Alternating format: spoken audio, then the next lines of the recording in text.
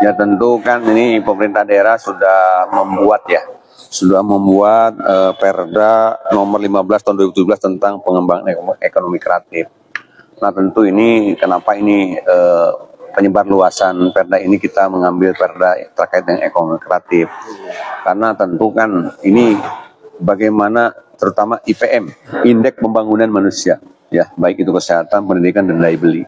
Daya beli itu berangkatnya dari mana? Ya UMKM gitu kan, UMKM supaya nanti orang itu punya duit gitu kan ya.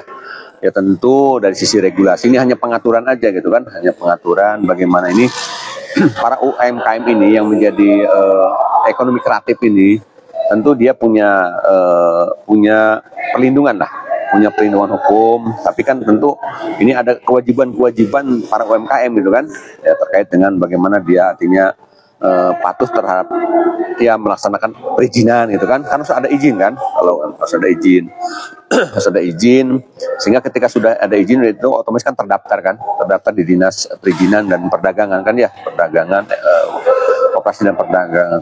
Ketika sudah terdaftar maka akan dikeluarkan izin dan dilakukan pembinaan ya.